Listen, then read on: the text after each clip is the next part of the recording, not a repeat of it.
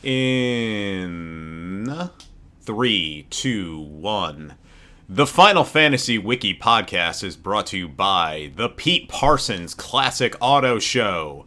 $2 million of online auction one gorgeous exotic vehicles on display this Sunday at Pete's house. Bring your kids so they can be inspired by Pete's eternal catchphrase, "Got mine!" Please do not honor invitations if you were recently laid off from Bungie Inc. We apologize for the error.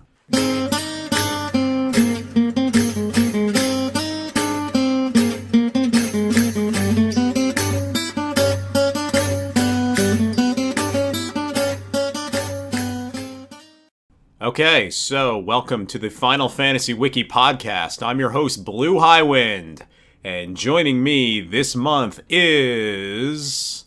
I guess I'm the only one this month. I could maybe try to fill in for the other two guys. Let's see. Oh, you what, mate? Oh, she fit. And then, Chip Chip Cheerio. The Queen. All those sorts of things. I think that's how they sound, right? I can't actually do a British or an Australian accent.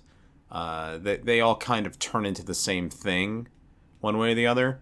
So this is a podcast about the Final Fantasy Wiki, which is typically a collaborative effort, and is the greatest collaboration and compendium of Final Fantasy knowledge on the entire internet. And normally there's more than one person, but this month, well, the scheduling just did not work out.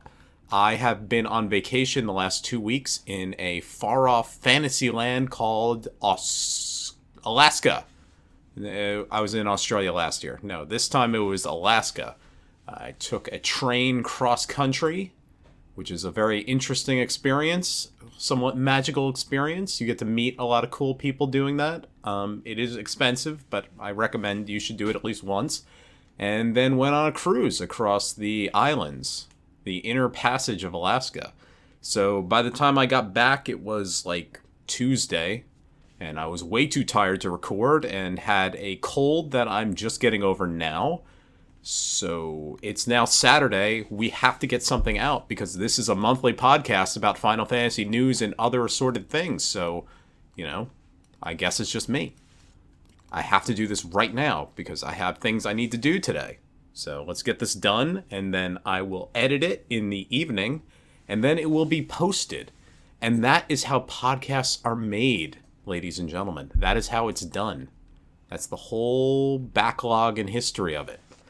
Now, this is August 2024. And,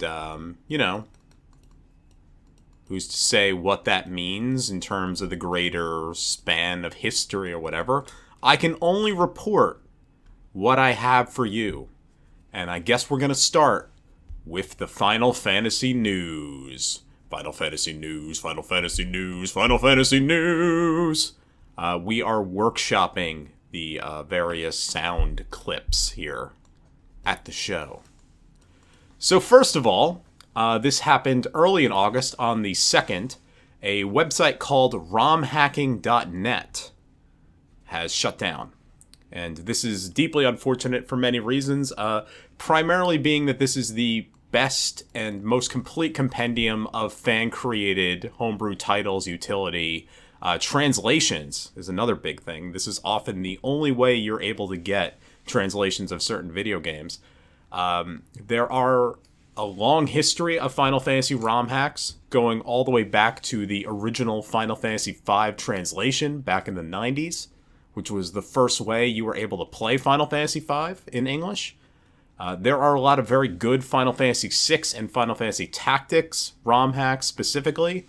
I know wiki user Drakey C. He's big in the Final Fantasy VI ROM hack zone.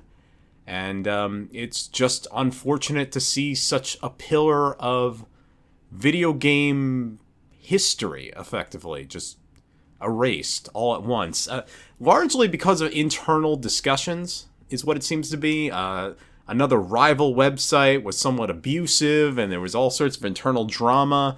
And I'm not in this scene. I'm not on those Discords. I'm not in those forums. I can't tell you the specifics of it. I was just looking at it from afar.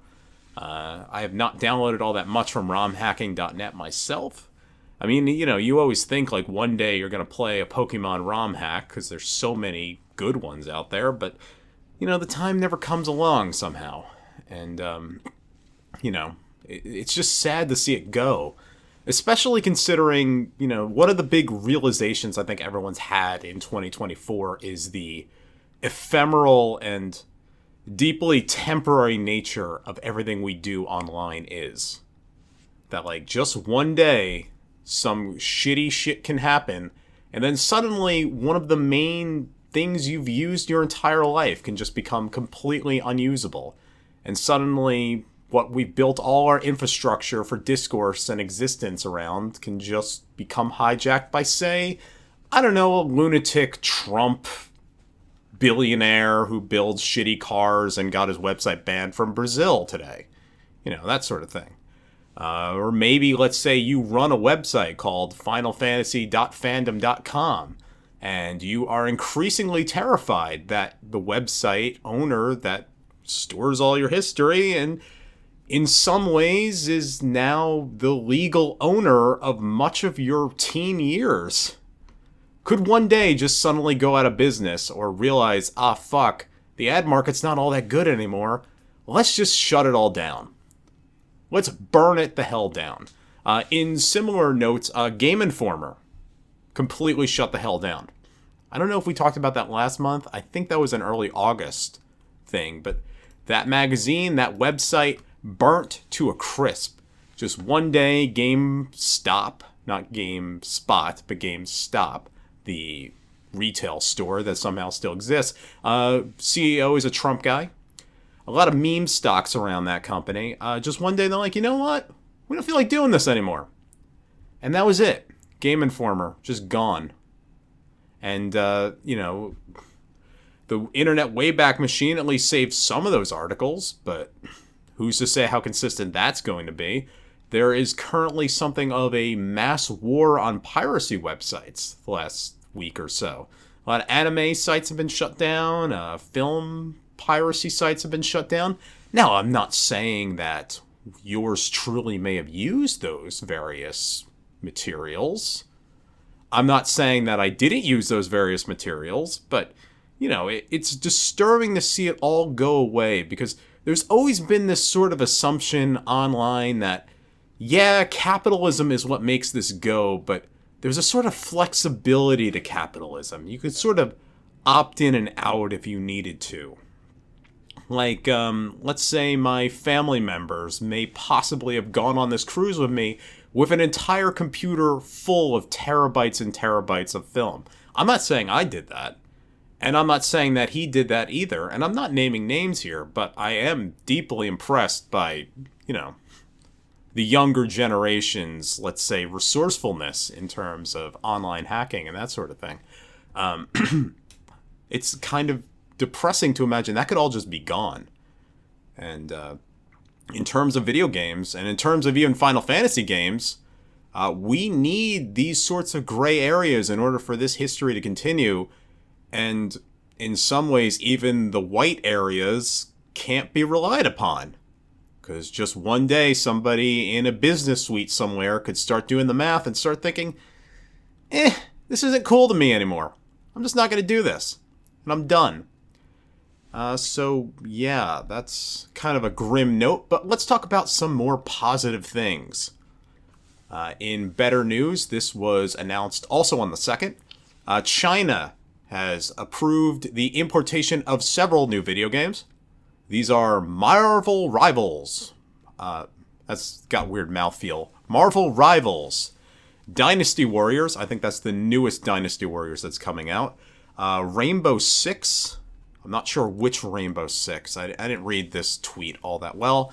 But who cares about any of those things? Because really what matters is Final Fantasy XIV. A mobile version, interestingly.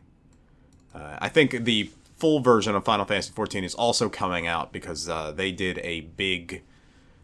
Like, just a few days later, they did like a big, we're going to China and we're showing all these things, and it's good to see Final Fantasy go to new places. So many promises of neoliberal capitalism have failed, but the breakdown of international barriers for people to consume products is probably one of the more positive things. China is still one of the most closed-off countries in terms of access to video games. I'm not sure how many Final Fantasy games are legally available in China. I didn't bother to check this beforehand. China, of course, does have a history of making Final Fantasy games. They made the Final Fantasy VII NES port, technically Famicom port, which was horrendous. I played that. It was, really, really bad. Interesting thing to exist, though. But, yeah. In other news, Life is Strange Double Exposure. This is the new Life is Strange game that will be a direct sequel to Life is Strange 1, and in some ways feels like kind of the last attempt to make that franchise be something that's going to last. It is going to have an outfit pack. So you get a Moogle coat with beanie and 4 indoor outfits, which are Bomb, Cactuar, Chocobo, and Tonberry. So you want to go dress up your Max Caulfield in various Final Fantasy fits, here you go. I don't know if these are worth that much money. They don't seem to be worth the investment, personally. My own opinion on that. This is Gamatsu that's reporting this. I don't see a charge here. So this could just be like a pre-order bonus. I'm not 100%. This will be out in October 15th. Oh, this is the Ultimate Edition is what this comes with. Here you are. So you also get advanced access to the first 2 chapters of the game, which is on October 15th. The official release date is 2 weeks after that. So that'll be out on PlayStation 5, Xbox, PC on October 29th. That's when the full release is.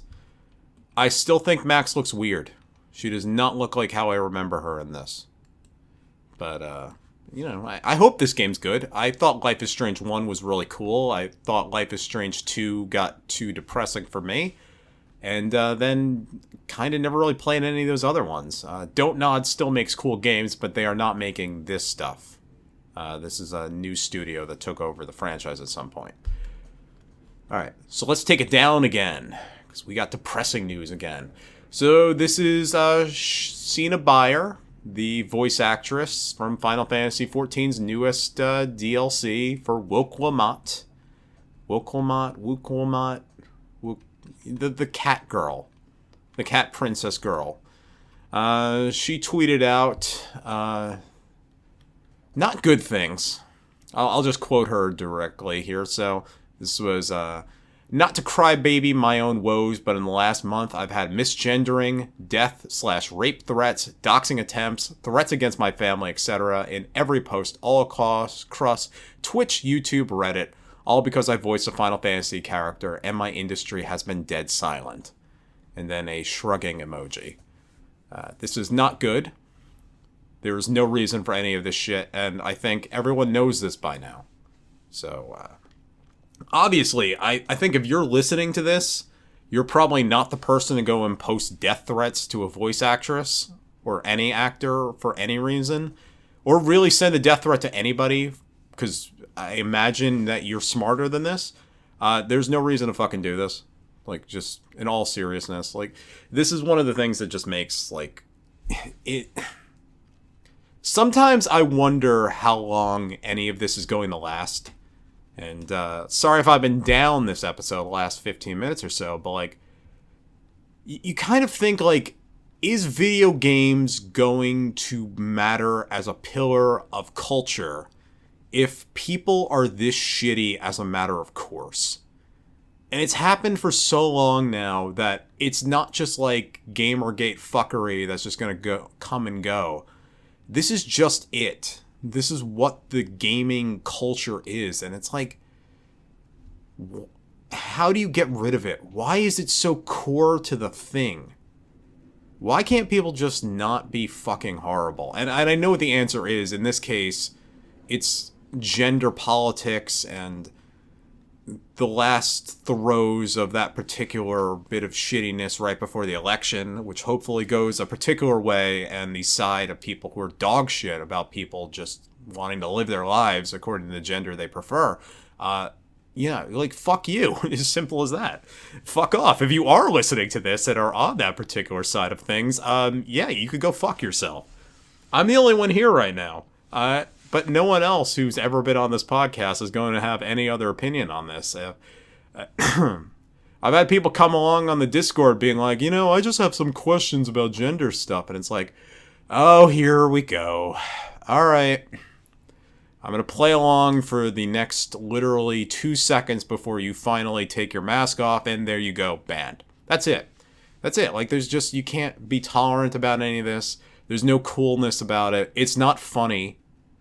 And I say this as somebody who wrote walkthroughs in my teen years that were extremely edgeful and, had their own gender politics shit that was not good. I apologize for all that stuff. Like, you gotta stop doing this, man. You just have to stop doing this. This is not how you need to be. If you want Final Fantasy to be a thing that lasts, this is not it. If you want video games to be a thing that lasts, this is not it.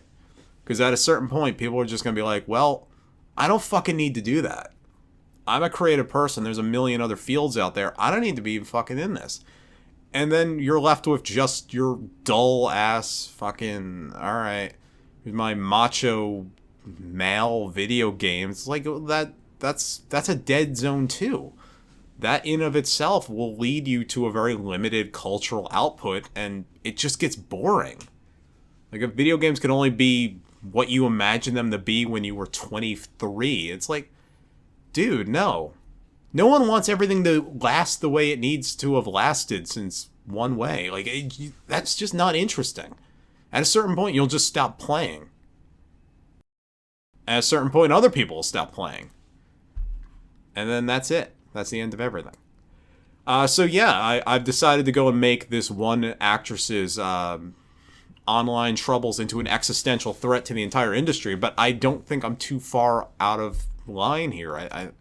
It just really sucks. It just really sucks. In less shitty news, but also, weirdly enough, existential issues, this is Eurogamer reporting this. Square Enix was reporting their year-to-year earnings report. The company's overall net sales dropped by 18.4% in 2024 versus 2023. 2023 saw the release of Final Fantasy XVI and the Pixel Remaster games. 2024 had Final Fantasy VII Rebirth, which we still have not gotten solid sales reports on, of any kind. That game could have sold anywhere between 15 copies and 3 million. I have no idea, but Square Enix has never actually reported what they are. I think sales went up a little bit, probably because of Dawn Trail coming out in July. So that should be good for the next quarter. The free-to-play game Ever Crisis, I don't think particularly did anything. But Square Enix, they did actually mention that mobile games have seen a sales decline, quote, due to weak sales of existing titles. They were mentioning that profits were up due to, quote, optimization of operational expenses. I'm not sure exactly what that means. Square Enix president Kazuma Kiryu is continuing to work on things. As we know, earlier this year, he dropped about $100 million worth of existing games. Certain things are getting canceled. There's an aggressive pursuit of a multi-platform strategy. So it's kind of the same story that we've heard over and over again with Final Fantasy VII Rebirth and the oddness of... I don't know why the sales were so soft for that game. It's kind of just the thing. I don't have a good explanation for it. It was a really good video game. The ending sucks, but who cares? Lots of video games have bad endings. There's 90% of a fantastic game. You don't even need to finish it, and most people didn't, so who cares? I checked the percentage score. It was like 30% of players actually finished Final Fantasy VII Rebirth. So don't get scared away by a bad ending, because odds are you're never going to see the ending anyway. Okay, so here we are. I'm checking my notes that I left before I left on this vacation, so I'm a little bit behind on things on and off here, but this was it. Final Fantasy VII Mobile is a game, not 7, 14. Final Fantasy 14 Mobile is a game that's being developed in partnership with Tencent in China. So this was announced at a Guangzhou Final Fantasy XIV Azorian Symphony concert where Yoshi P and Soken were there, which is quite cool. That sounds like a good time. I've never been to Guangzhou. It seems like a nice town. So specifically a mobile version of the game will be coming out. And what's interesting is that this is being done in partnership with Tencent because there is recent Tencent news. I'm going to go skip ahead in the timeline here to jump towards... Oh, it wasn't Tencent. I'm getting my Chinese releases mixed up. It's actually NetEase who are in the news recently. Might as well just talk about this anyway. This is Bloomberg reporting it, but Gematsu does a clearer version of the piece for our needs here. So this is NetEase, who are not Tencent. My apologies, getting them mixed up. NetEase Games is cutting everything in terms of their new Tokyo-based subsidiary, Oka Studios. Now, Oka Studios may not sound all that important to you. You may have never even heard of it, which is my case. The thing is that they are the company that is releasing the new video game Visions of Mana, which was literally released like yesterday. That game had all of minutes to exist in the real world before its studio got completely gutted. NetEase is doing a big cut because they are not pleased with the state of the video games industry. I'll go back to the Bloomberg reporting. This is... Oh, Tencent is involved in this article, actually. Bloomberg's article here, because Tencent and NetEase are both mentioned here. Tencent's foreign rival Tencent is also reconsidering the pace and scale of investments in the country. They're both looking... This is Japanese investments. They are cutting back staff and spending in Japan, following years of investment in the world's number 3 gaming market, and they ultimately did not have much to show from it. So, yeah, this is an interesting shift of things where China is finding less fertile ground in Japan, and possibly finding more fertile ground with themselves, considering how well Black Myth Wukong, a Tencent joint, is doing, according to Steam sales. It is the country's biggest blockbuster. But in terms of our needs, because we are a wiki about a Japanese company, Square Enix, it's really, really dark to have your studio shut down all at once, right when your game is releasing.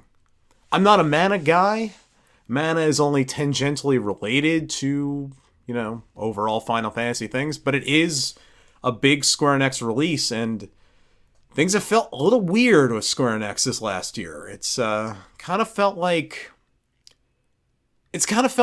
bad things are happening across the industry everywhere, including, with my little joke at the beginning of this regarding fucking Pete Parsons and Bungie. But it kind of feels like eventually the hammer is going to fall with Square Enix, and they did have layoffs in the North American side.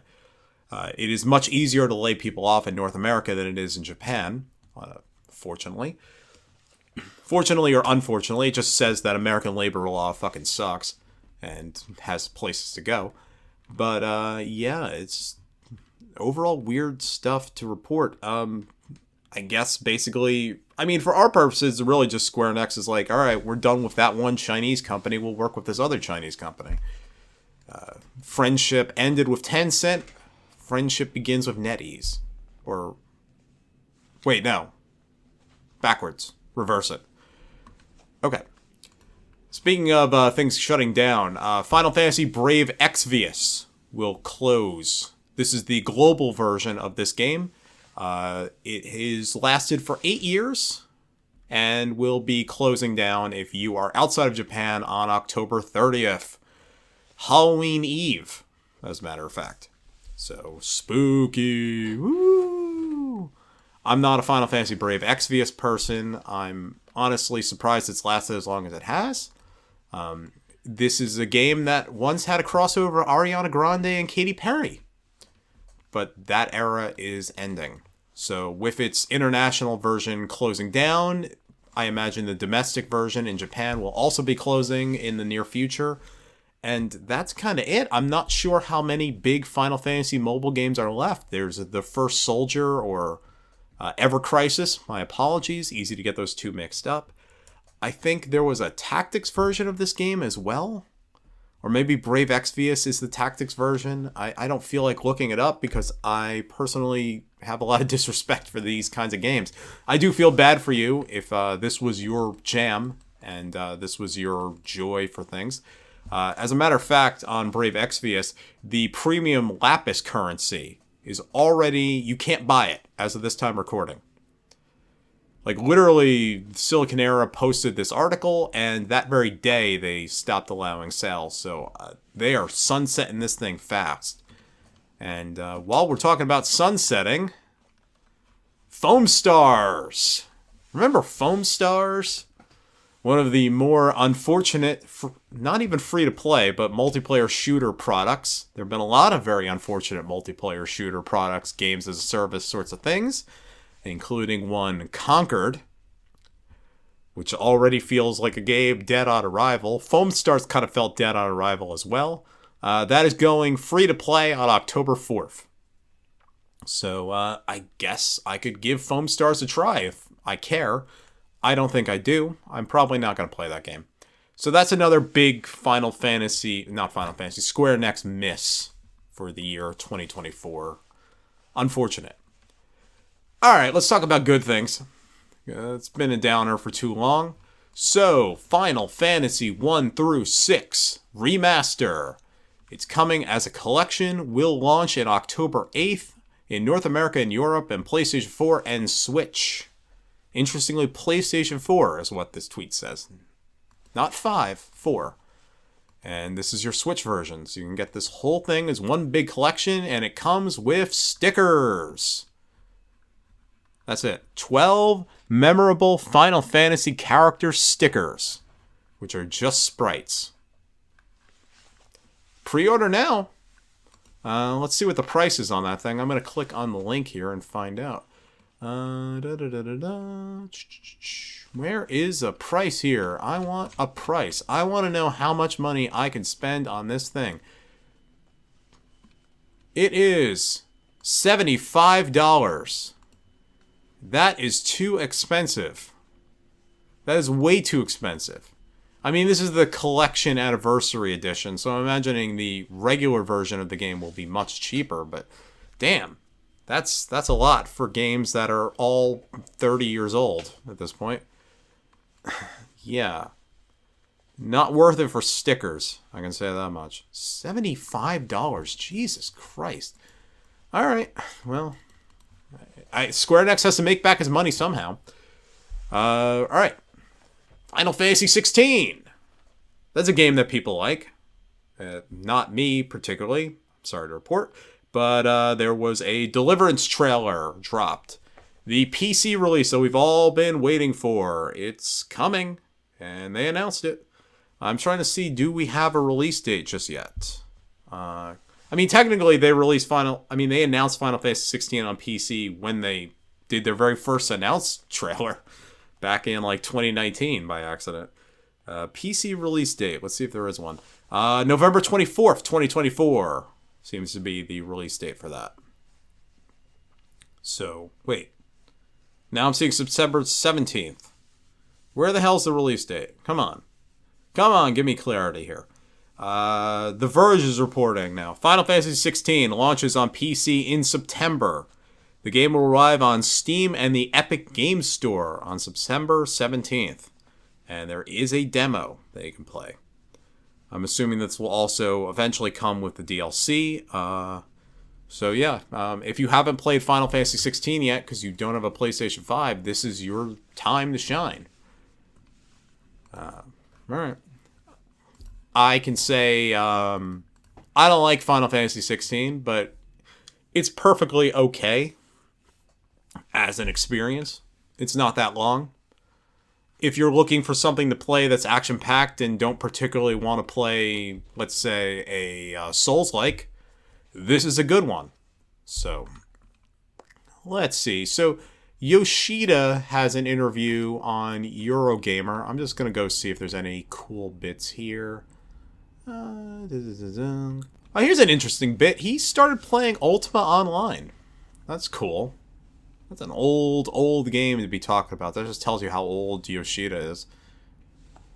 Unfortunately, he doesn't seem like he's talking about, say, the issues with the voice actress, which is something I'd be more interested in hearing him go and say, you know, can we please stop being a fucking asshole about that, please, to my actress? Quote, we are moving towards the policy of releasing our games on a multi-platform basis. We really want as many players as possible to play our titles. So with Final Fantasy XIV as the starting point, we want to release more Square Enix games on Xbox. So, hey, you know, Xbox is having its own existential issues, so that's good to hear. I remember people were reading this article or maybe some other thing he was talking about, and there were some big multiverse implications, and I really wish that Some Color Mage was here to tell me what the hell any of that meant. Something that was like the 12th Scion, Dawn, or Crystal, some universe turns out it exists in. Yeah, did not do a particularly great job podcasting about that thing. And I think that is the end of our news. Is that the end of our news? Let me see. Anyone else is here? Do you got news?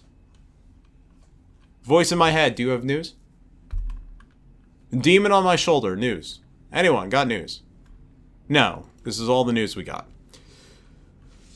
Alright, so, this is probably going to end up being a shorter episode, but, I don't want to just do like a half hour of content. That's unacceptable. I mean, you guys aren't paying anything for this, but I might as well give you more bang for your buck. So let's talk about some other stupid nonsense. In 1 week, roughly, the Chiefs will be meeting the Ravens in Sao Paulo, Brazil, and launch the 2024 NFL season. This is the National Football League. They're playing a game called American Gridiron Football. Have you heard of this? It is an extremely fun game to watch. I'm a big football fan. I know Technobliterator is slowly gravitating towards maybe becoming a football fan. I don't know if I could convince you all to be a football fan. I can say it's something like Blitzball, but it's played on land. There's no numbers stats-wise unless you're playing Madden. It's done via scores and yards and downs. I can't tell you the entire rules of football right now, but maybe I can convince you to become a football fan if I go through all 32 NFL teams and give you sort of an overview. Let me try to translate football for you into Final Fantasy language. Because I know most of you are probably Sportsball people who are like, oh, Sportsball. You know, I was one of those guys too. But now I'm in my 30s, and I'm a straight dude, so, you know, inevitably one gets into football. It's just what happens. So, where do we want to start? I think we should start with the AFC West. Let's start with the former champion and probably inevitable champion. This is the Kansas City Chiefs. This is the current powerhouse franchise in the NFL. They're quarterbacked by a guy named Patrick Mahomes, who is maybe the greatest to ever do it, besides one Thomas Brady, who is currently retired, former quarterback of the Patriots. I hate these fucking guys because they're in the division of my team, and they just win. They win constantly. They are inevitable. So my comparison point for them is Callus Balad, the bad guy of Final Fantasy 13-2, who just wins. There's nothing you can do. Everything's already been pre-decided before you start that game. He's going to achieve his goals. The Chiefs are going to win. They're going to three-peat this year. So that's it. You might as well just be a fan. There's no point getting mad about it. You could go and complain about this on forums for 10 years. I'm not saying I did that. So that's it. That's the Kansas City Chiefs. They're fucking really goddamn good. They're really good. Oh, by the way, Travis Kelce, he's dating Taylor Swift. So that's another big thing.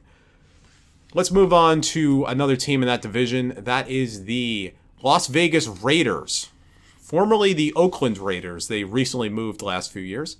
My comparison point for them is Noctis, the hero of Final Fantasy 15. The Raiders are a very dark team. They have sort of pretensions of edginess and, scariness. A lot of their fans like to dress up like they're basically in Mad Max movies. The thing is, though, that Noctis looks like a brooding sort of Nomura character, but really he's kind of like a ridiculous little child. He doesn't eat carrots. And that's what the Raiders are. Like, despite all their heavy-handed attempts at strength and look at us, we're a historic franchise, they're ridiculous. They're just a ridiculous failure of a franchise. They're never any good. They go through these brief spurts of possibility. Really, much like Noctis themselves, they're doomed to failure. So I would not recommend being a fan of the Raiders right now. They don't even have a quarterback. I forget who their guy is. It's nobody worth noting. They just brought back a temporary coach after their current coach got fired from last year. Like, he got fired mid-season. So, Josh McDaniels was the guy. It's a weird team. Their owner has a horrible haircut, and he looks like an orangutan. I just need to say it. Their owner looks just like an orangutan. I think he has a bad haircut to distract people from his face. He is a fail son, much like Noctis himself, actually, come to think of it. This comparison works better in many ways. That's Mark Davis, whose father was a much more successful NFL owner. Moving on, we have my team, the Broncos from Denver, Colorado. And my comparison point for them is going to be Cloud Strife. Now, I'm sure there's a lot of homerism in that pick, but I have a good reason for this. The Broncos are a very successful franchise, or at least have been a very successful franchise. They were extremely good in 1997. In some ways peaked in 1997 and 1998, much like Cloud, and they were consistently good for about 20 years. Also, like Cloud, they are completely delusional. They have no semblance of reality. They don't know who they are. They don't know what they are. They have been lost for the last maybe decade or so.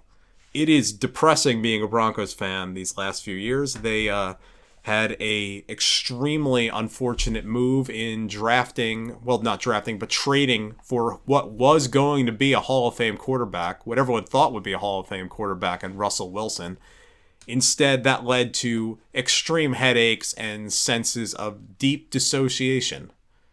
It was a bad time. Those were years where I was angry every single day thinking about the Broncos. At least once a day, I would get absolutely furious thinking about my football team. They've recently drafted Bo Nix, who is a rookie and hopefully will lead them to a more successful future.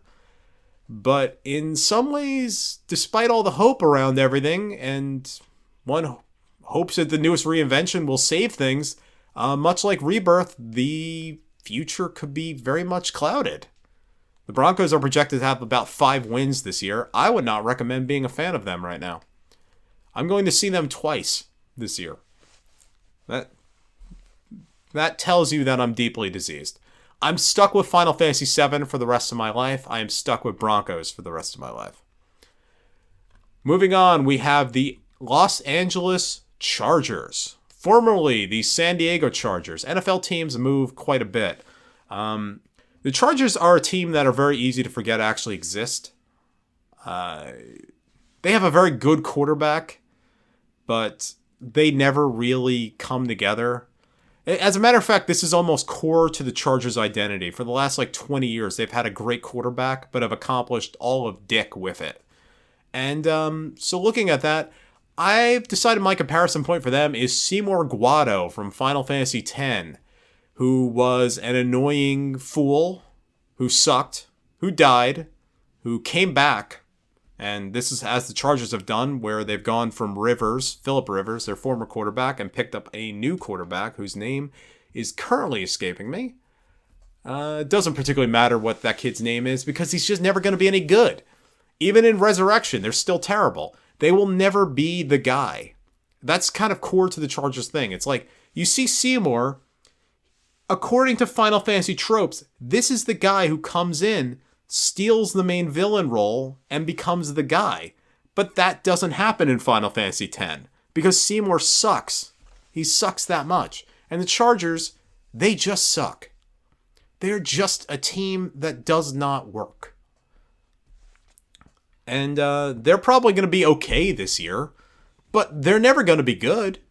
And I'll eat those words willingly. I'd like to see the Chargers succeed at this point, because they never have. They've never been any good. Even in years they are good, it always ends in disappointment and shame for them. Let's move on to the AFC North. This is another division. There are 4 divisions and 2 conferences in football. And this is a team called the Koltz. They play in Indianapolis, which is a terrible city. More parking lot than city, as a matter of fact. I am going to compare them with Sarah from Final Fantasy 13-2, Lightning's little sister, because Sarah lost her man in snow. He just left one day, and that kind of never meant that Sarah ever recovered. As a matter of fact, she was time poisoned and inevitably died. It just ended in failure. And that's kind of been the situation with the Koltz. They once had a quarterback named Peyton Manning, who was the greatest quarterback that I've ever seen, just personally. My favorite NFL player. He went on to play for the Broncos after the Colts unceremoniously kicked him out. But the Colts, it seemed like things were just going to be fine. They would suck for a year, which is kind of core to the grand strategy of football things. You suck for a year in order to hope to draft the new guy who's going to be great. And they got a kid named Andrew Luck, who's really, really damn good. And the future for the Colts seemed promising. Seemed like they were set for the next decades. That, you know what, Peyton Manning, then Andrew Luck, and the Colts would just be a storied powerhouse franchise. Instead, with Andrew Luck, they gave him such a bad offensive line, who are the guys that are supposed to protect your quarterback from doing the cool things that leads to cool football. They basically let him get fucking mauled. This kid, I saw him play in against the Broncos. The Colts actually won this game. He got hit so many times that after that game, he had to be pulled for much of the rest of the season because he had lacerations in his kidneys. The dude's organs were failing because of how poorly the Colts were doing to protect him. And after that, he ended up having to quit football. So it is as catastrophic a situation as any team has ever pulled up. This was going to be a franchise quarterback. This kid had all the future around him. And the Colts since then have just been sort of spiraling, desperately looking for an identity. They've picked up all kinds of veteran quarterbacks that have not worked out. And they're just sort of here now. They just sort of exist, much like Indianapolis itself. They kind of just fill space in the league. So I would not recommend being a Colts fan either, as a matter of fact. Let's move on. The Tennessee Titans. They rep the entire state of Tennessee, but I think they actually play in Nashville. What I'm going to compare them with is Jill from Final Fantasy 16. This is also not a positive comparison. The Titans are the kind of team that you watch for years and hope that eventually something will happen out of them, and then nothing ever really does. This is a team that does not have a franchise quarterback. They don't really have much of an identity in any way. Their identity the last 5 years has been a guy named Derrick Henry, who is a running back, not a quarterback. Modern NFL grand strategy basically is built around, let's have a quarterback that does the cool things. Running backs have become increasingly less important. And if you don't know what any of this means, the quarterback is the guy that throws the ball. The running back is the guy you hand the ball to, and he runs through the other guys. So you need a really big, strong dude who could just go knock all the other dudes down. And Derrick Henry was that guy. And the Titans were often an extremely cool team. They were the best team in the AFC one year. They were number 1 on the record. And then still lost in the playoffs. Because that's unfortunately what they are.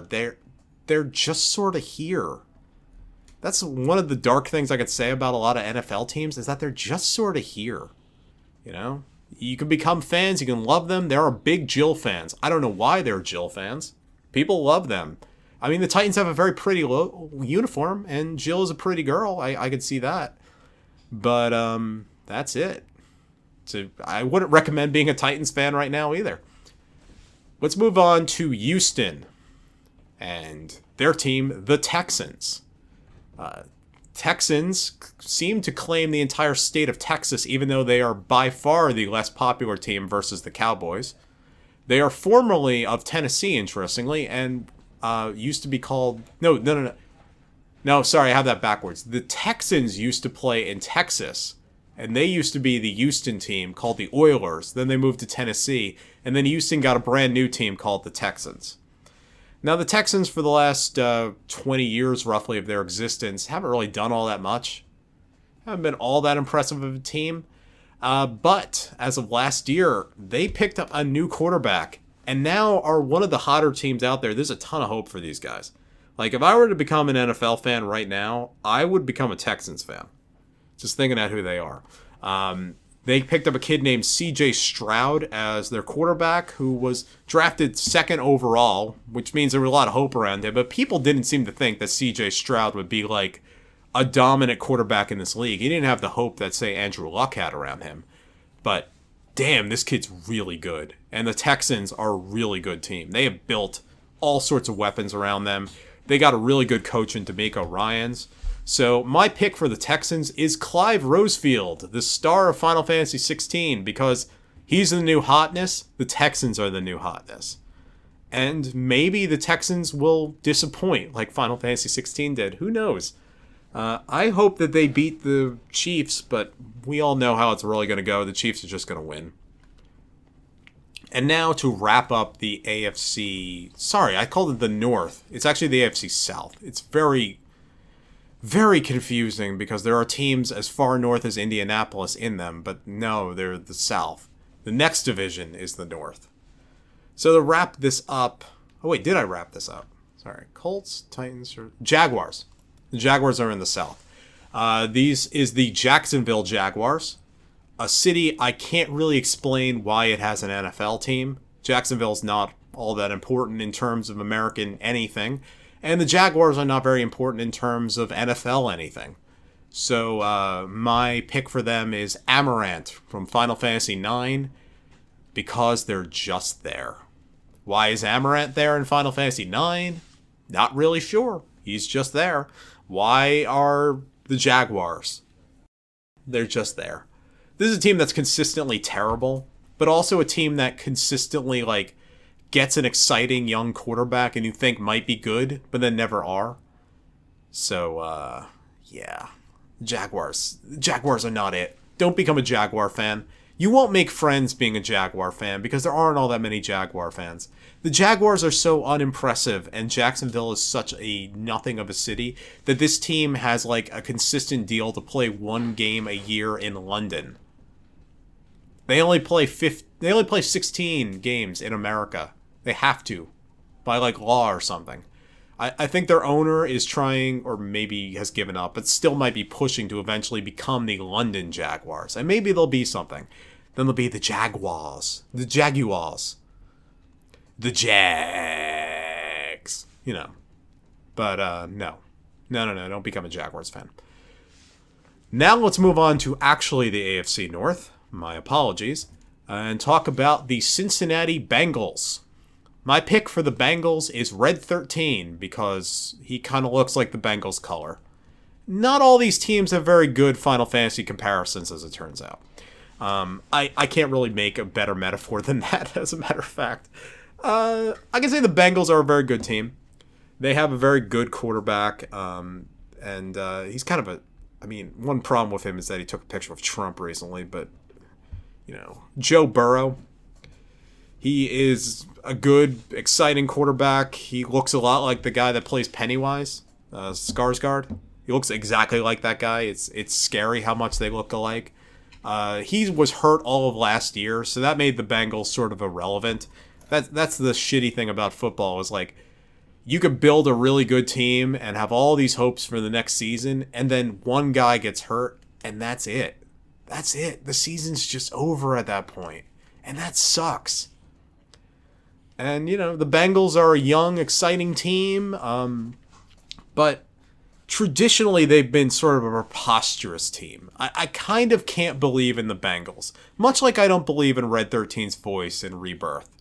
When you really get down to the core of it, they're sort of a failure of a franchise. They once had a long, long run where they would get to the playoffs every year and lose. They never won a playoff game for the longest time. And then suddenly under Joe Burrow, they made it all the way to the Super Bowl, which was incredible. They were the one team that's ever beaten Patrick Mahomes in the playoffs. The only one. But it's still like, you still can't quite believe in them for some reason. It's like, I don't know. I don't think this is legit. I want them to be legit. I want the NFL to have things that aren't just the Chiefs all the time. But no, I don't buy it. Next up, we have Pittsburgh Steelers. This is a franchise that by rights should be in the toilet by now. They lost their franchise quarterback a couple years ago. And somehow or another, they just don't go away. Like, they just won't go away. They're, like, always barely in the playoffs. They're always a positive team. They always have, like, weird things about them. When on paper, they should just be terrible. They should just be terrible. Ever since Roethlisberger, who was this gigantic, rectangular man, just like this giant person that was built only out of right angles. Who was this just slab of meat and had sexual abuse allegations about him. Ever since he left, you think, all right, that's it. The Steelers will just disappear because that's the natural process of football teams. That you have your big quarterback and your big franchise Super Bowl window, and then when that guy leaves, you'll fade away to irrelevance. It's what happened with the Broncos. We had Peyton Manning. He left. The Broncos faded away to irrelevance. The Chiefs were relevant for the longest time. They got Mahomes. That's how it is. Teams go up and down, rising and falling. And the Steelers, they don't go away. They're still here. They're still somehow above average. So my pick for them is Gilgamesh, the recurring, preposterous, actually kind of Roethlisberger-shaped in some way figure. Roethlisberger has fewer arms, but he is a big, giant, rectangular man and somewhat preposterous. Gilgamesh is, I'd say, I would trust him around my ladies more. But, yeah, I'm kind of sick of the Steelers right now, particularly because they picked up Russell Wilson. And fuck Russell Wilson. Simple as that. That dude ruined things on the Broncos. He's going to be terrible in Pittsburgh, too. But somehow or another, the Steelers are still going to win like 9 games this year. They shouldn't by rights. By rights, they should be terrible. I would rather they lose everything. But somehow or another, they'll keep going. Let's move on to the Ravens. The Ravens are a interesting kind of franchise because they once upon a time were the Cleveland Browns and then left to go to Baltimore. They just left one day. This can happen. Your team can just disappear one day. And in one of the weirder cases for the NFL, rather than bringing a new team into Cleveland, they decided to go and just revive the old franchise. And that's the Browns. The Browns claim to be the storied, ancient, historic, going back to the old days of the NFL. Really, they're an expansion franchise from the late 90s. They're about as new as the Texans, as things go. They've been consistently terrible. Like, brown as in shit is how the Cleveland Browns have been. I can only pick Don Corneo for the Cleveland Browns because they're the kind of team you'd like to root for considering how bad they are. But what they did recently is they traded for a quarterback named Deshaun Watson, who has something like 40 different sexual abuse allegations against him. He apparently assaulted every single massage therapist in all of Houston when he was the quarterback there for the Texans. It is shocking. It is nightmarish. And the silver lining to all this is that he sucks. Ever since he came back, he's just been not good and consistently hurt. As a matter of fact, the Browns went on a bit of a run last year where they picked up Joe Flacco. I think I was supposed to talk about the Ravens at some point, then I ended up talking about the Browns. My mistake there. The Ravens, I've decided to pick Lightning because they're consistently good. These two teams are like interlinked with each other, so their history is weird. Like the entire AFC North, one way or another, like their histories are all deeply incestuous, and they all hate the fuck out of each other. Like I can remember old Steeler-Bengal playoff games where it felt like a murder was gonna happen. In terms of the Ravens, like Lightning is consistently cool, and that's it. It's just kind of it. That's all you really got to say. They're just cool. They're just a cool team. There's not much like to them beyond that. They're just cool. They're just good. I don't really have that much to say about this team. The problem is with this team is like they were in some ways the best team in the AFC last year, and then for the AFC Championship to decide who goes to play the Super Bowl, they went to go play the Chiefs and they got their asses kicked. And that makes them something of an uninteresting franchise. And I think Lightning is also superficially cool. Now let's go to the AFC East. And we start in the AFC East in the Deep South. This geography is not good. That's what makes following football difficult in some ways. We will start with the Dolphins. This is the Miami Dolphins. And for them, I have picked Tifa Lockhart because her hair looks like a dolphin, and she has a dolphin blow attack. That's really all I got for this. This team is a bit odd. They once upon a time were the only undefeated team in NFL history in the 1970s, and they won the Super Bowl. So that's the only time that's ever happened. Since then, they have been consistently awful, like just a really bad team in so many ways. But what's weird about the Dolphins is they had a franchise quarterback, and that guy never won anything for them. Dan Marino. He was, you may remember him from Ace Ventura, Pet Detective. He led this team all through the 80s and the 90s, and they were always like a solid, good franchise, but then they never won the big one. They never were it. And this metaphor doesn't really work for Tifa whatsoever. I've just felt like talking about football. They, right now, are sort of like a supporting player in the NFL. Like, they seem like they could be good. They have a kid named Tua Tagovailoa as their quarterback. They also can't deal with the cold at all, though. So, like, when the playoffs came along and they played the Chiefs, it was like a -30 game, and they got their asses kicked. It was not even a game. It was just over. It was irrelevant. And that's sort of the problem with the Dolphins is like, you think they should be a bigger deal than they are, but they're perfectly willing to let other teams be the main character. So, maybe the Tifa metaphor does work a little bit. Let's move on to my local team, the New York Jets, one of two teams that play within like 5 miles of my house here. I could walk to the stadium. I'm thinking of actually doing that because the Broncos are going to see the Jets at the end of September. I might go to that game. I might walk to that game. That sounds like fun. I've decided to pick for the Jets Quinna Quinn from Final Fantasy IX because Quinna is a ridiculous joke of a character and the Jets are a ridiculous joke of a franchise. The highlight of this franchise is Mark Sanchez in 2011 running into his offensive lineman's ass in the butt fumble game, where he then dropped the ball, and the Patriots, who will come up soon, would proceed to score 3 times in less than a minute. 21 points in about like 48 seconds. It's almost never happened in football history. The Jets are that team. They are a team that will have their shoelaces tied and fall over. They are a team that traded for Aaron Rodgers, who will be in the Hall of Fame. He is a Hall of Fame quarterback. He is the kind of guy that you wish your franchise would get, and he would turn things around. There was a rumor that it would go to the Broncos, Aaron Rodgers. That did not happen. Instead, that was all him using leverage to get more money out of his old team, the Packers. This is all very incestuous. Sorry if you can't follow all this.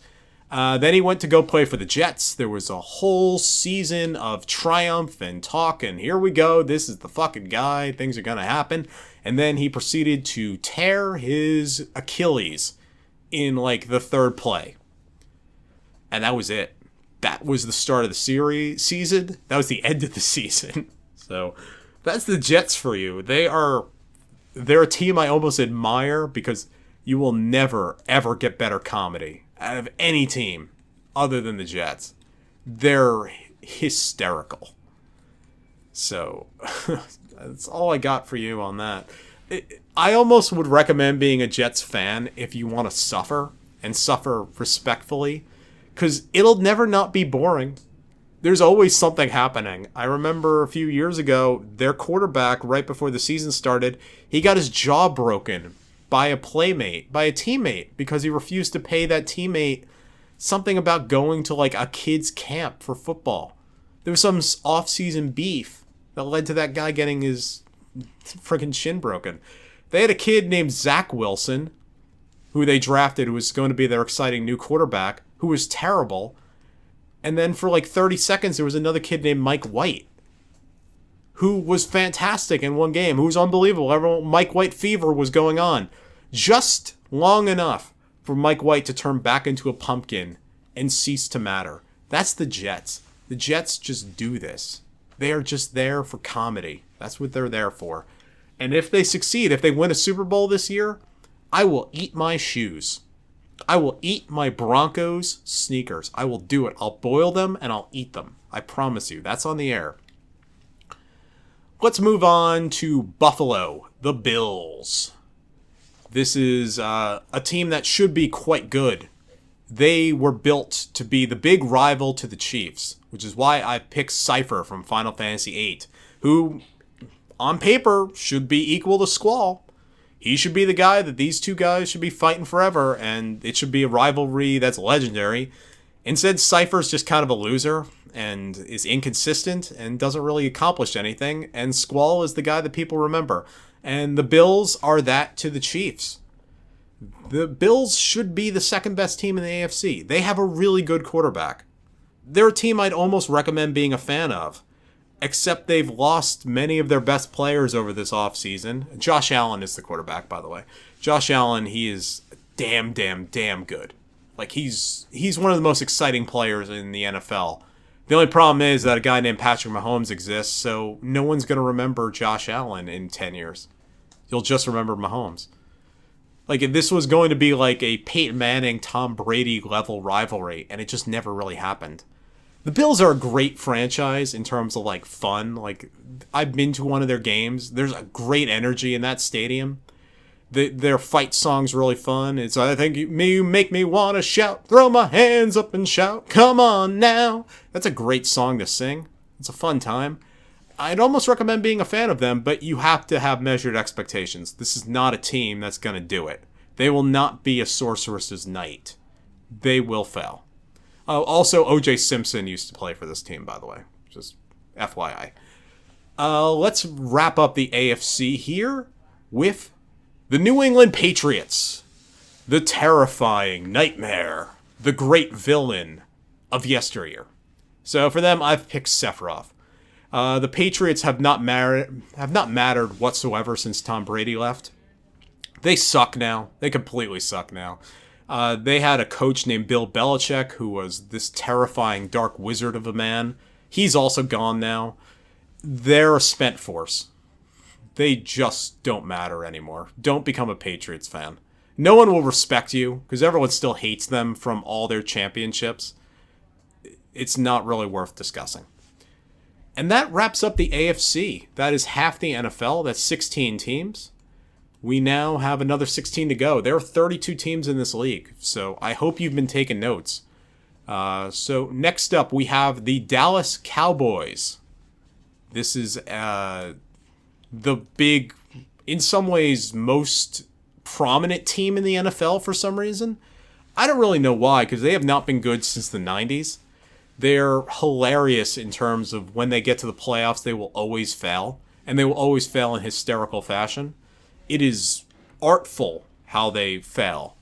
And for the Cowboys, I picked Balthier from Final Fantasy XII because the Cowboys insist that they are the leading man of the NFL, and they just are not. They're just not.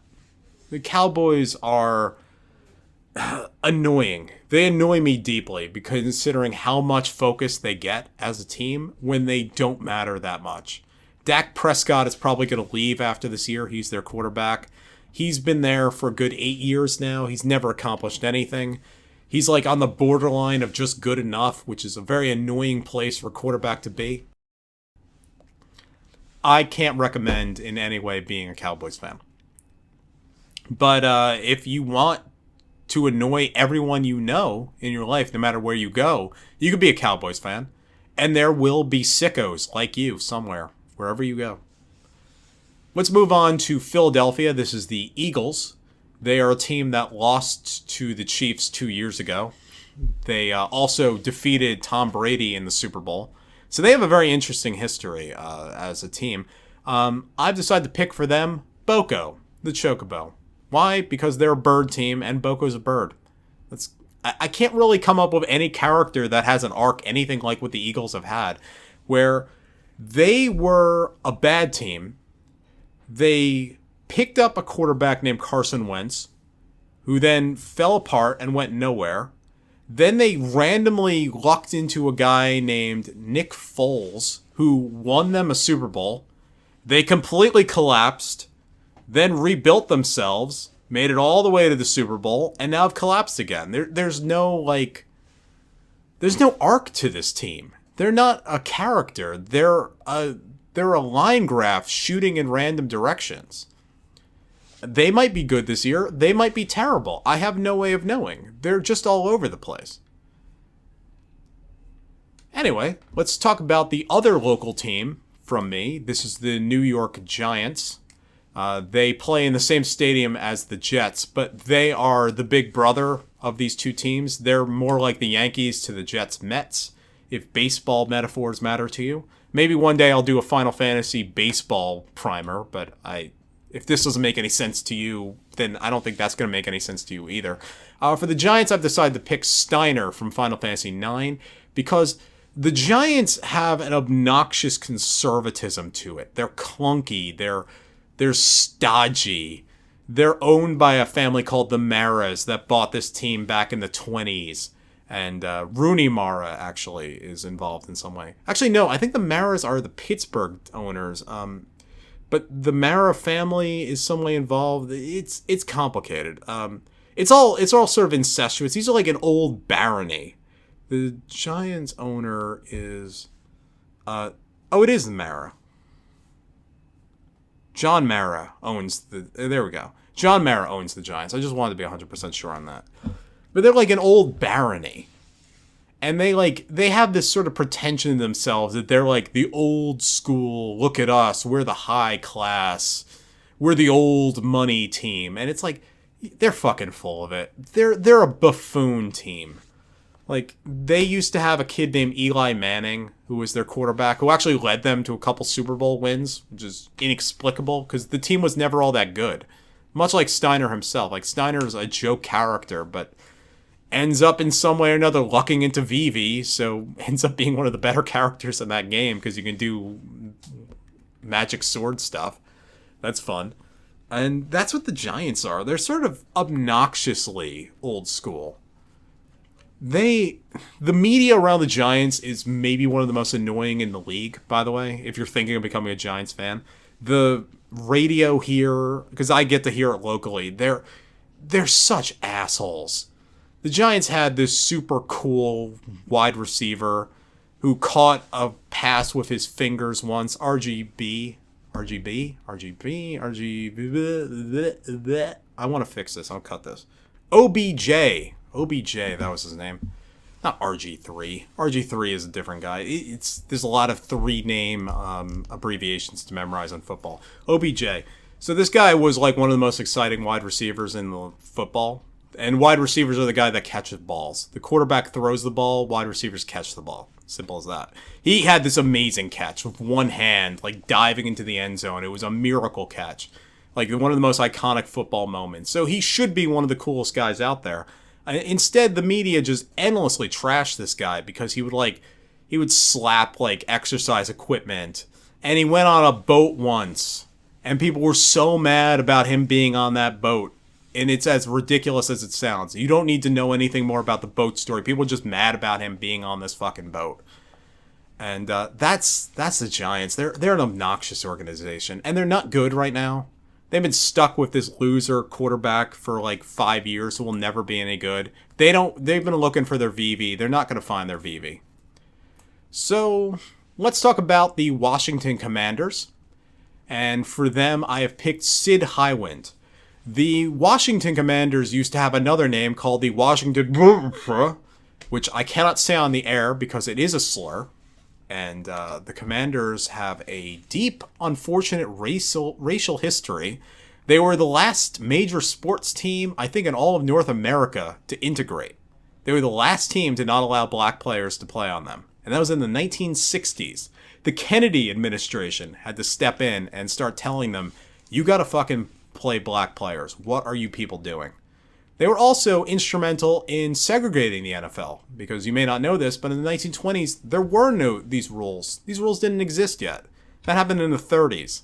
And the Washington, I can't say their name, they were part of that. They made that happen. So for the Commanders, I've decided to pick Sid Highwind because his version in 1997 was deeply offensive, slapping his wife. And whatever they do in the reboot, they will not be doing that. So that's what the Commanders have kind of done. They've had to reboot themselves. They have not been good. They're still terrible. But their biggest thing is that they got rid of their owner, Snyder. Dan Snyder. This just gross, smuggy, billionaire scumbag guy who everyone hated. He had a million scandals around him. He would like sue old ladies for dying and not renewing their season passes. Like he just like every nasty thing you can imagine about a person, he was involved in that. So the Commanders have a new owner. They have a new name. It's the hope that this is going to be the reboot that'll make them relevant again. They're not relevant right now. You don't need to be a Commanders fan. Simple as that. Like pretty much all they are is just a squeaky clean image. And for now, there's like hope and positivity around that, which will last as long as people don't realize that the Commanders suck and don't matter as a team. And that wraps up the NFC East. I don't know why I started on the East this time, but that's how things went. We're going to go to the NFC North, and we'll start with the Chicago Bears. The Bears are a very funny organization. They're something like the NFC version of the Jets in some way, where they're consistently funny. But unlike the Jets, they have been more recently awesome. So for them, I've picked Auron from Final Fantasy X, which is probably cooler than this franchise deserves. But in 1985, they were this unbelievable powerhouse team. And they were the coolest team ever. And Auron on his height, he's awesome. But the Bears have been dead all this time. They've been a ghost franchise. That's really why I picked them, because they've been a ghost franchise for like 40 years. And they still will never stop talking about 1985, 1985, 1985. She's still preoccupied with 1985. You know, that sort of thing. That's the Bears. They suck. They have a new Caleb Williams as their new quarterback, so there's exciting hope. But like, I'm just going to go break it to you. I don't think the Bears are ever going to accomplish anything. They can build however they want, but the dark reality is that they are dead and have been dead all this time. And somebody just needs to send them, and then things will pass on. Next up, we have the Green Bay Packers. Have you never heard of the town of Green Bay if you're not American? Well, that's because Green Bay is not really much of a city whatsoever. Really, it's only on the map whatsoever because the Packers exist. That is like the whole town's economy at this point. They're an old NFL franchise from back in the day that the NFL was based out of like random towns in Illinois and Wisconsin. There used to be a Decatur team. And Decatur is not a city that's worth mentioning in many ways at all. There was a Youngstown team, I think, too. So the Packers, I picked for them the Warrior of Light, because they're an old school team, but they're consistent. They're consistently great. They've had 3 great quarterbacks in a row, it seems now. Ever since Aaron Rodgers moved on, they have a new kid who's just as good, it looks like. Well, maybe not just as good, but it looks like he's going to lead them places. And Aaron Rodgers was a replacement for Brett Favre, who was a franchise quarterback. He was in the Hall of Fame. They could have 3 Hall of Famers in a row. And that is unheard of in football history. That just does not happen. But the other thing about the Packers is that they're an anomaly. And the Warrior of Light is something of an anomaly too. He's like older than Final Fantasy is Final Fantasy. He doesn't have a name.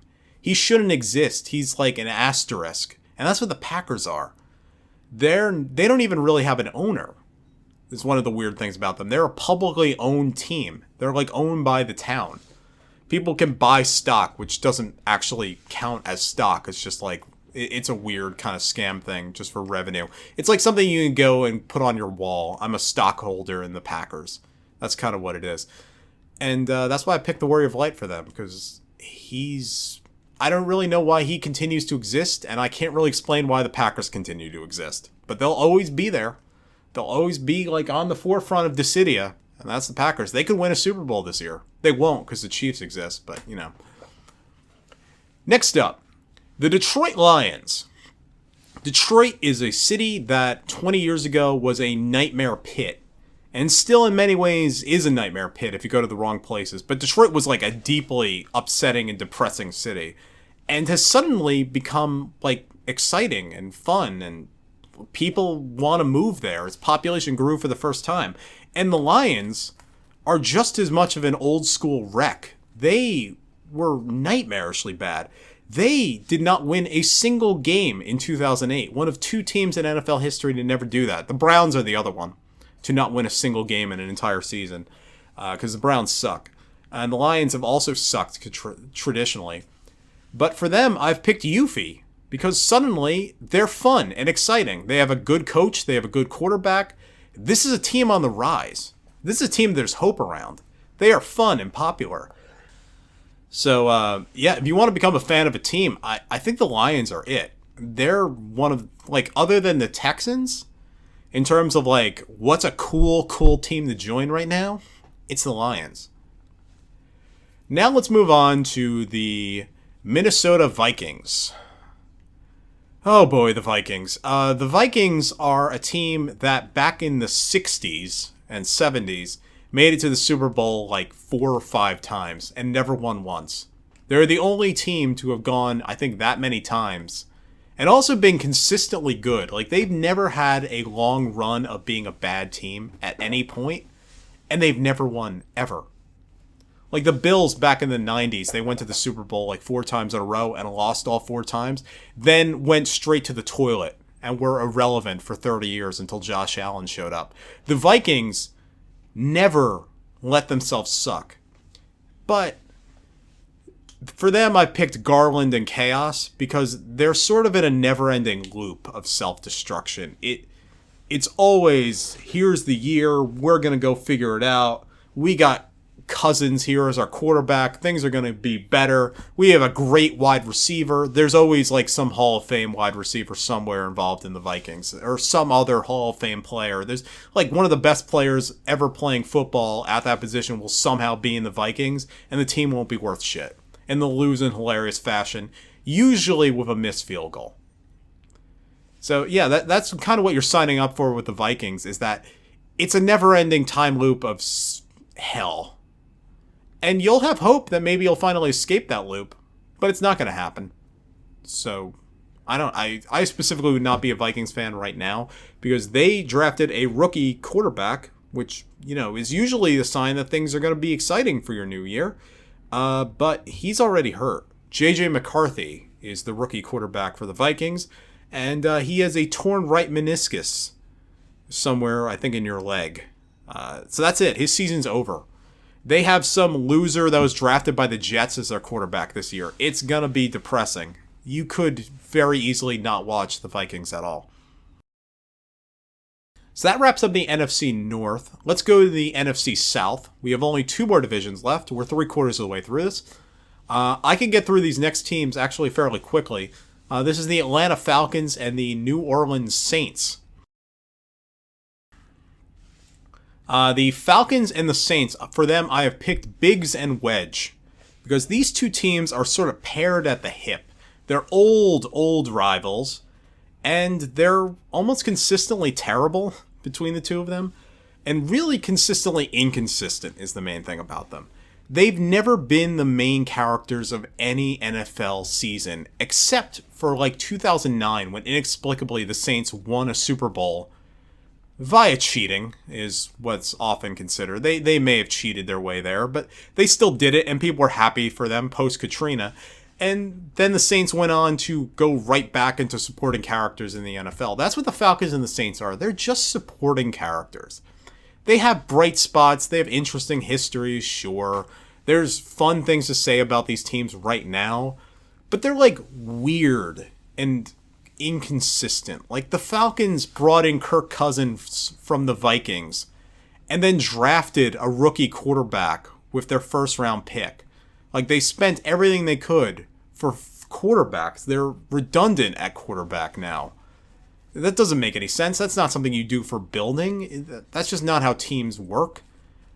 So, really in general, the entire NFC South is sort of a supporting character division.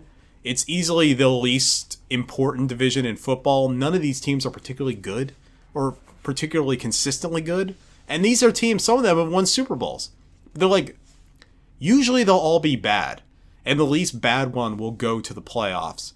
And they kind of like cycle around. Who's going to be the one that's actually going to be okay this year? And it's hard to tell which one it's going to be. But I can tell you what the worst team in football is right now, almost certainly. And that is the Panthers. For them, I picked Kate Sith from Final Fantasy VII. Because Kate Sith got reinvented for Rebirth, and he still sucks. And that's what the Panthers did. The Panthers, they're a sad story. So what the Panthers did a couple years ago is they traded away their first round pick and gave the first overall pick to the Bears.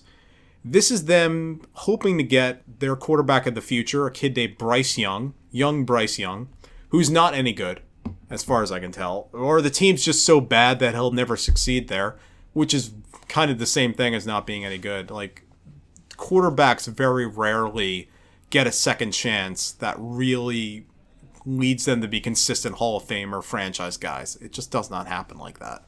Maybe your second chance will be like one brief window where like you're good for 1 year.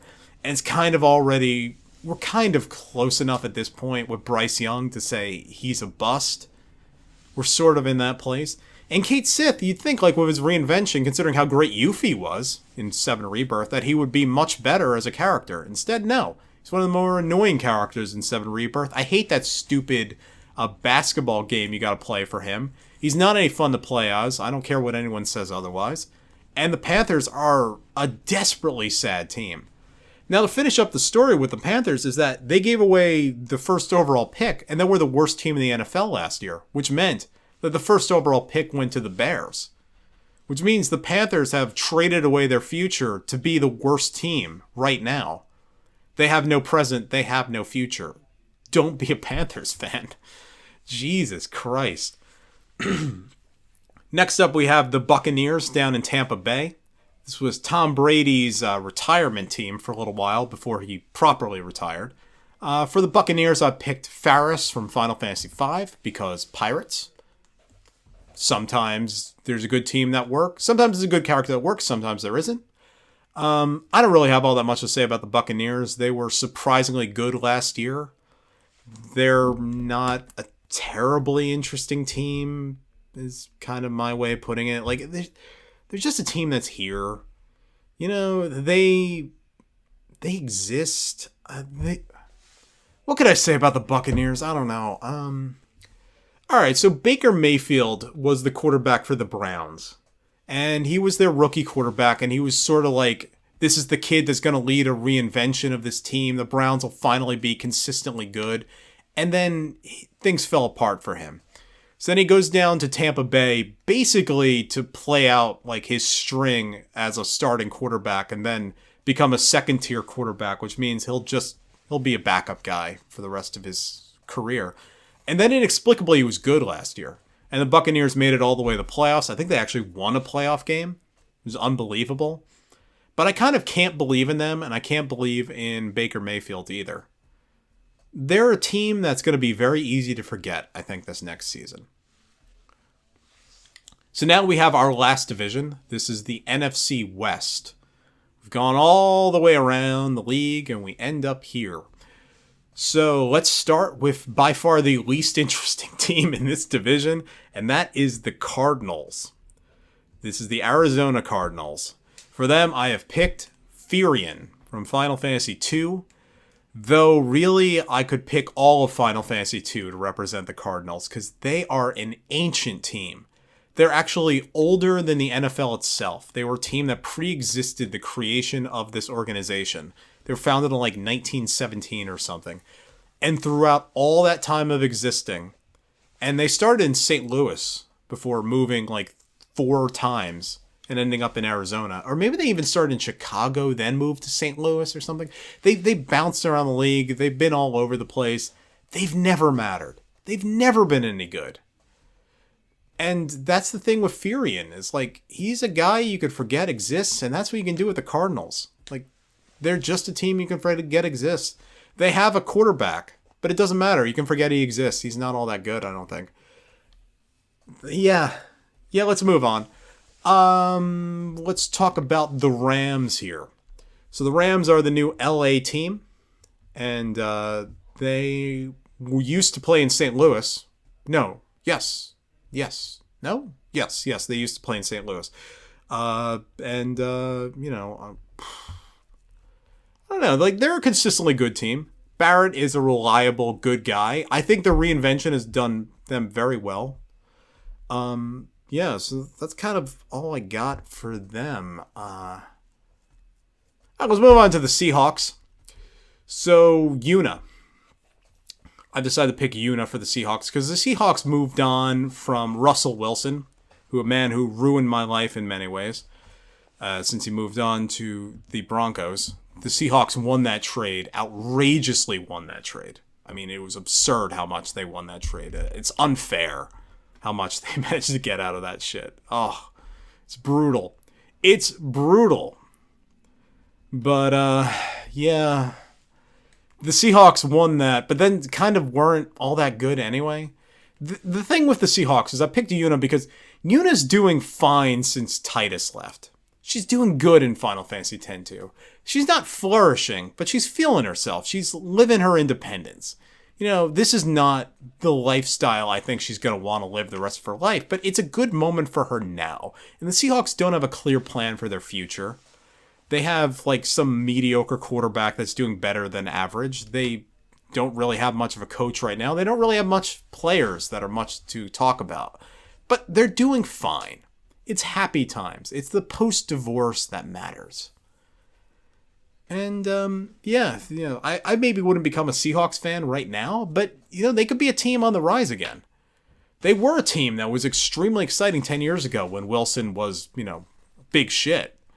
But they kind of stopped being that. Actually, the Panthers 10 years ago were big shit too. That's how hard teams can fall, how fast they can fall.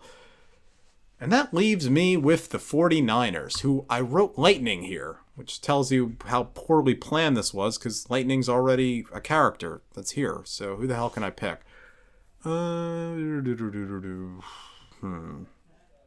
Jecht.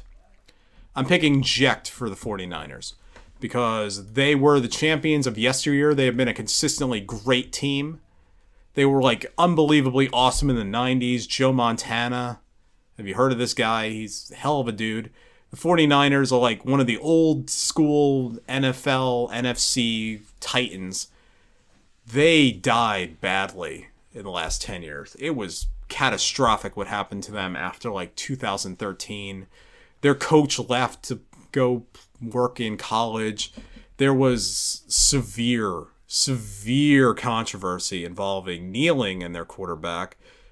Just Colin Kaepernick stuff was deep social disquiet. But what really matters with the 49ers is, like, after all that happened, they became a shit turd of a team. Their owner, Jed York, seemed to have, like, burnt everything down happily. But, you know, he was happy that it was his pile of shit.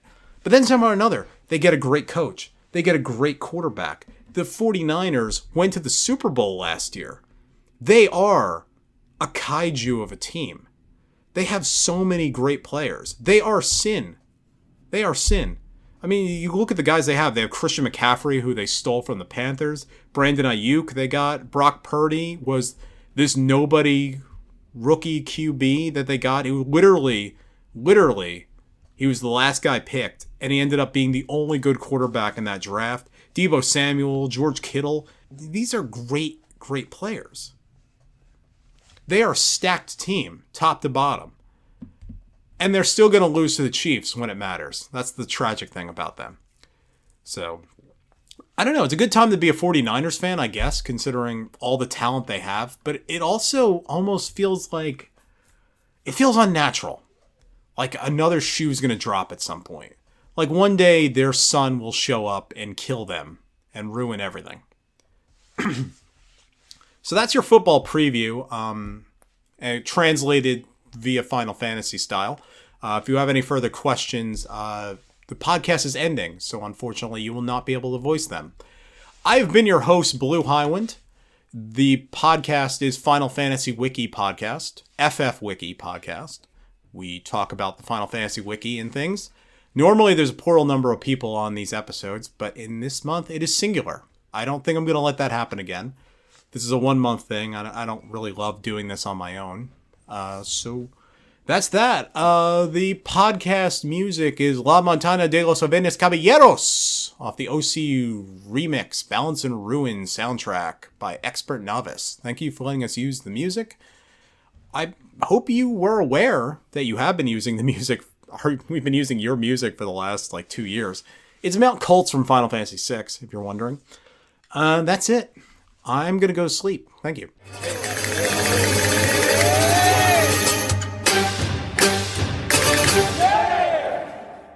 Testing 1 2 3. Testing 1 2 3. Blah blah blah blah blah blah blah blah blah blah blah blah.